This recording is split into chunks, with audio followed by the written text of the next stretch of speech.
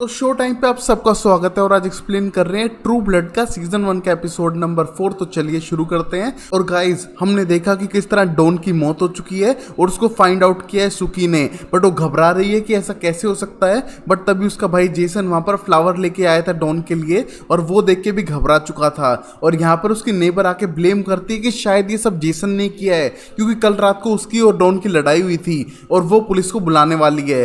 But यहाँ पर Jason को लगता है कि उसने कुछ नहीं किया है, तो ये सब ब्लेम क्यों कर रहे हैं उसके ऊपर। बट तभी पूरा मोहल्ला इकट्ठा हो चुका था, क्योंकि छोटा टाउन है, सबको इन्फॉर्मेशन मिल चुकी थी। जहां पर रेने, उसकी गर्लफ्रेंड होयट जो जेसन का दोस्त है, और उसकी मोम, बाकी सब लोग वहां पर इकट्ठा होकर बाहर वेट कर रहे हैं सच जानने के लिए। और तभी डिटेक्टिव एंडी और शेरिफ आकर इन्वेस्टिगेट करते हैं और सुकी से क्वेश्चन करने लगते हैं। जहां पर डिटेक्टिव एंडी जेसन को बिल्कुल पसंद नहीं करते हैं, उसे गिरफ्तार करते हैं और अपने साथ पुलिस स्टेशन ले जाने के लिए तैयार करते हैं। जहां पर जेसन घबरा चुका है, क्योंकि उसके पास अभी वैम्पायर ब्लड था और अगर इसके साथ पकड़ा गया तो इसकी जेल पक्का थी। और इस डर के मारे वो पूरी वैम्पायर ब्लड को पी लेता है, जिससे कि वो पकड़ा ना जाए। और डिटेक्टिव एंडी उसको जबरदस्ती यहां से ले जाने लगता है पुलिस स्टेशन की तरफ, जहां पर जेसन बहुत ज्यादा इमोशनल है। और इसी मोमेंट पे सुकी को देख पाते हैं, जो सारी होप खोने लग रही थी कि उसका भाई इस बार पक्का जेल जाने वाला है और ये सारी हरकतें करना कब बंद करेगा।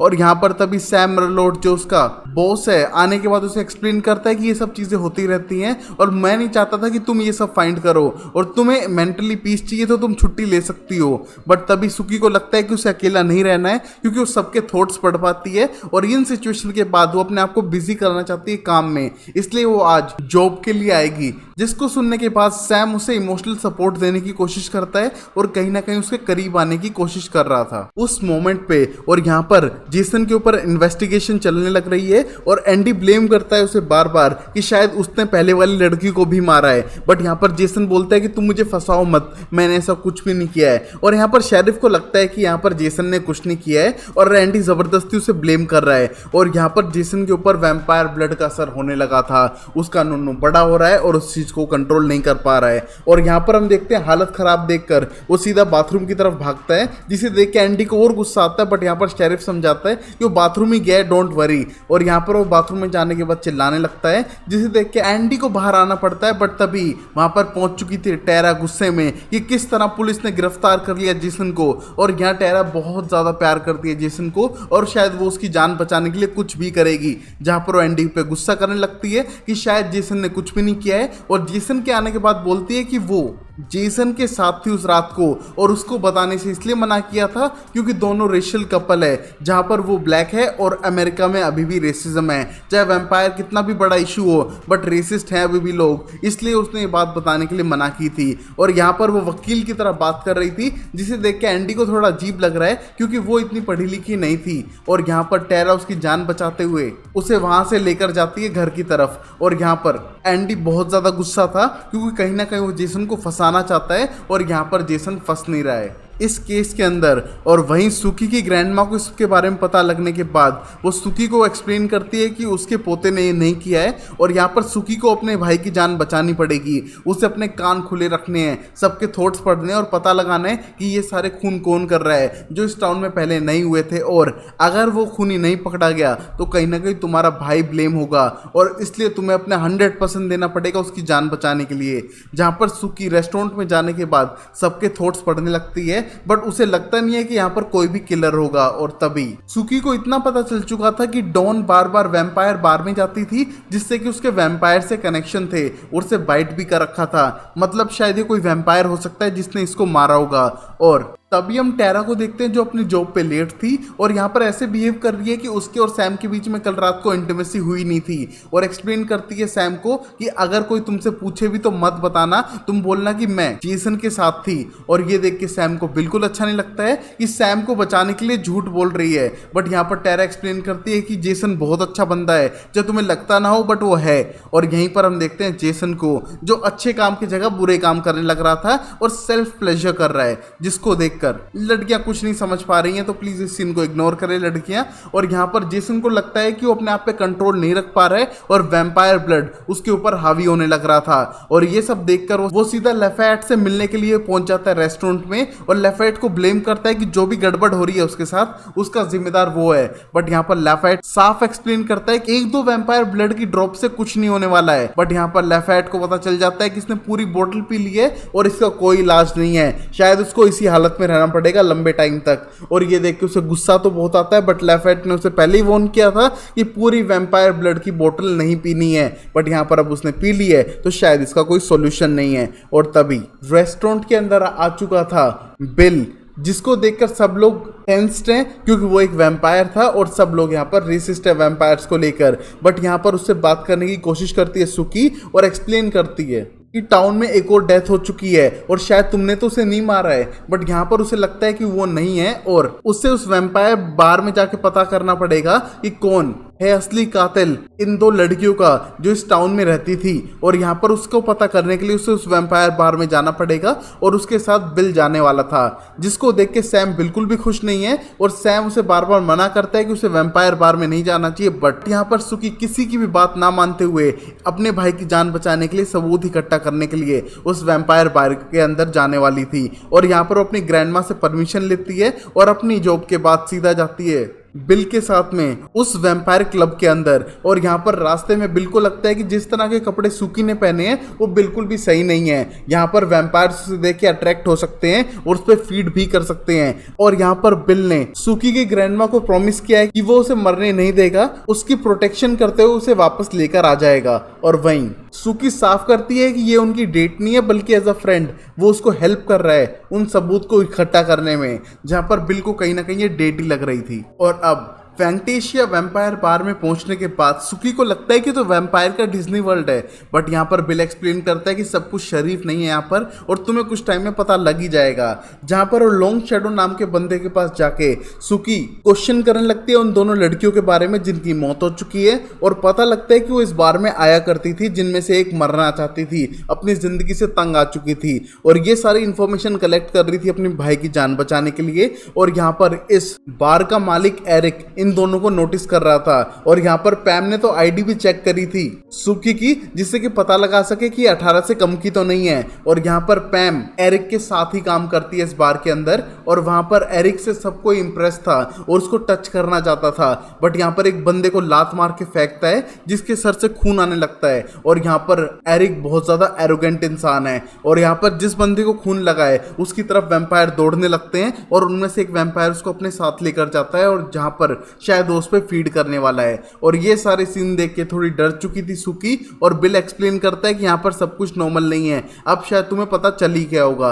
बट यहाँ पर एरिक नोटिस कर पाता है बिल को भी, क्योंकि यहाँ पर बिल को सब लोग जानते थे और उन दोनों को अपने पास समन करता है। और यहाँ पर एरिक सबसे पुराना वैम्पायर है तो सबको उसकी बात सुननी पड़ती है।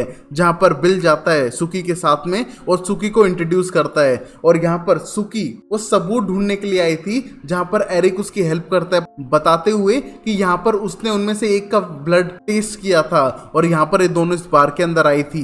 और ये सारी बातें सुनने के बाद सुकी को लगता है कि अब हमें यहाँ से चलना चाहिए क्योंकि शायद ये सेफ नहीं है। बट यहाँ पर एरिक उन दोनों को वहीं पर बैठा लेता है। बट बिल साफ करता है कि सुकी उसकी है और सिर्फ वही उसके ऊपर फीड कर सकता है और कोई उसका ब्लड नहीं पिएगा। और यहाँ पर एरिक समझ चुका था कि सुकी के लिए बहुत ज्यादा ओवर प्रोटेक्टिव हो चुका है बिल, जो उसको नहीं होना चाहिए। बट तभी सुकी दूसरों के थॉट सुन पा रही थी और पता लगाती है कि यहाँ पर पुलिस की रेड होने वाली है और पुलिस इन्वेस्टिगेट करने के लिए यहाँ पर अपने बंदे को पहले ही भेज चुकी है। और जैसे ये बातें एरिक को पता चलती हैं उसे लगता है कि इसे कैसे पता कि ये भी पुलिसों के साथ काम करती है। बट यहाँ पर सुकी इसके बारे में कुछ ना बताते हुए वहां से भागने के लिए कहती है और तभी जैसे पुलिस की रेड पड़ती है वो वहां से भागने लगते हैं क्योंकि यहाँ पर कोई इलीगल काम तो नहीं हो रहा है। बट उस एक बंदे के ऊपर से फीड करने लग रहा था वैम्पायर बाथरूम के अंदर, जिस बंदे को एरिक ने लात मारी थी। और ये सब देखते हुए पुलिस आ चुकी थी और वहां पर एरिक इन चारों को वहां से भगाता है, जहां पर अब एरिक और पैम तो सीधा भाग जाते हैं और बोलते हैं बिल तुमसे फिर कभी मिलेंगे। और उनके दिमाग में डाउट था कि यहाँ पर कैसे पता है सुकी को कि ये सब होने लग रहा है। और सुकी को उठाते हुए बिल भी भागने लगता है उसकी जान बचाने के लिए, जिससे कि वो पुलिस के पंगे में ना फंस जाए। और अब वही हम देखते हैं रेस्टोरेंट के अंदर टेरा सारा सामान रख रही थी वापस रेफ्रिजरेटर के अंदर और वहां पर उसको मिलता है जेसन, जो तब से रेस्टोरेंट के अंदर ही है और उसकी हालत खराब हो चुकी है। और वो हालत को समझते हुए टेरा बोलती है कि तुम्हें किसने वी दिया, क्योंकि वैम्पायर ब्लड की वजह से ये सब होता है। तो यहाँ पर पता चलता है कि उसका खुद का कजन लैफायेट ये सब करने लग रहा है और उसे बहुत गुस्सा आता है अपने कजन पे, और स्पेशली इसलिए क्योंकि उसने जेसन को क्यों दिया। जेसन पहले ही पागल है और वो उसके प्यार में पागल है, और हम देखते हैं उसको हेल्प करने की कोशिश करती है बट हालत बिगड़ी हुई थी तो उसे हॉस्पिटल में जाने की एडवाइस करती है, क्योंकि अगर उसने हॉस्पिटल में टाइम पे इलाज नहीं करवाया है तो शायद उसका नुन्नू ही ना रहे। और इसलिए यहाँ पर जेसन जाने के लिए तैयार था हॉस्पिटल में, और यहाँ पर टेरा उसके साथ जाती है। और यहाँ पर डॉक्टर ये हालत देख के हंसने लगता है और थोड़ा कंफ्यूज हो जाता है कि ये बेवकूफ इतना सारा वैम्पायर ब्लड पी चुका है, जो पहली बात तो इलीगल है और ऊपर से ऐसे बिहेव कर रहे हैं जैसे इसे कुछ पता ही नहीं है। और यहाँ पर इसका इलाज करते हुए उसे 3-4 इंजेक्शन मारने पड़ेंगे और शायद उसके नुन्नू के अंदर से ब्लड निकालना पड़े जिससे कि वो नॉर्मल हो जाए। और ये देख के वो डरने लगता है बट टेरा उसका हाथ पकड़ती है और यहाँ पर वो चिल्लाने लगता है बच्चों की तरह, क्योंकि उसे पता था बिना एनेस्थीसिया के उसे बहुत ज़्यादा पेन होने वाला था।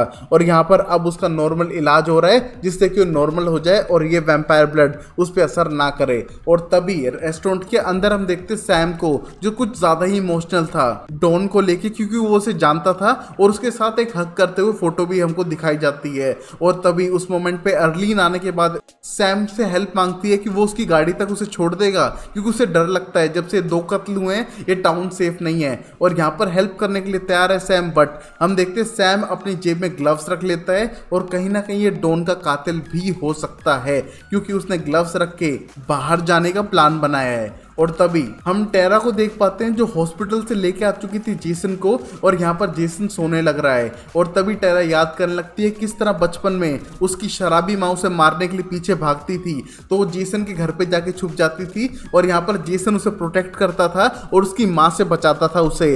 और ये सब याद करते हुए उसे पुराने दिन याद आते हैं और पता चलता है कि बचपन में कैसे जेसन उसे प्रोटेक्ट करता था, वही रीजन है कि वो उससे बहुत ज्यादा प्यार करती है। और अब हम यही देखते हैं सुकी और बिल को जो घर की तरफ आने लग रहे थे, और उस मोमेंट पे वो दोनों इंटीमेट होने की कोशिश करते हैं गाड़ी को साइड लगाकर। और यहाँ पर पुलिस आ चुकी थी इनका मोमेंट बिगाड़ने के लिए, और यहाँ पर पुलिस कुछ ज्यादा ही रूड थी। और सुकी एक्सप्लेन करती है कि वो एक डेट से घर जा रहे हैं, बट पुलिस का मानना था कि यहाँ पर पास में एक बार है जिसपे उन्होंने रेड मारी है और शायद तुम उस बार से तो नहीं आ रहे हो। बट यहाँ पर सुकी साफ मना करती है और दिखाती है कि उसे किसी वैम्पायर ने भी नहीं काटा है। बट यहाँ पर एक कुछ ज्यादा ही एरोगेंट बन रहा था पुलिस वाला।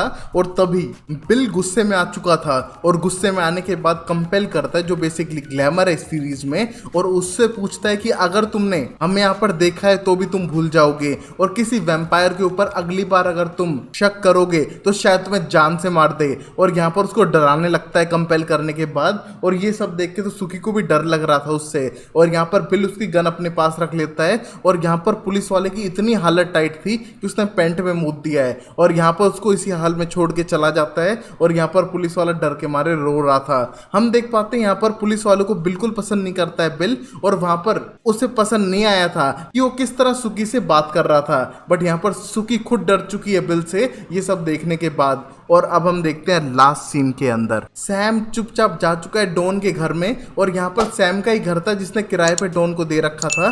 और जाने के बाद सब चीजों को सूंघने लगता है, और सूंघते सूंघते बेड पर जाता है और अजीब अजीब हरकत करता है, जिससे पता चलता है कि स्मेल करना चाहता है डॉन को, और शायद यही तो कातिल नहीं। जानते हैं अगले एपिसोड में। तब तक के लिए वीडियो को लाइक करो, चैनल को सब्सक्राइब करो, और बिल के लिए एक बड़ा सा लाइक ठोक दो। तब तक के लिए take care, bye bye, sayonara and Tata.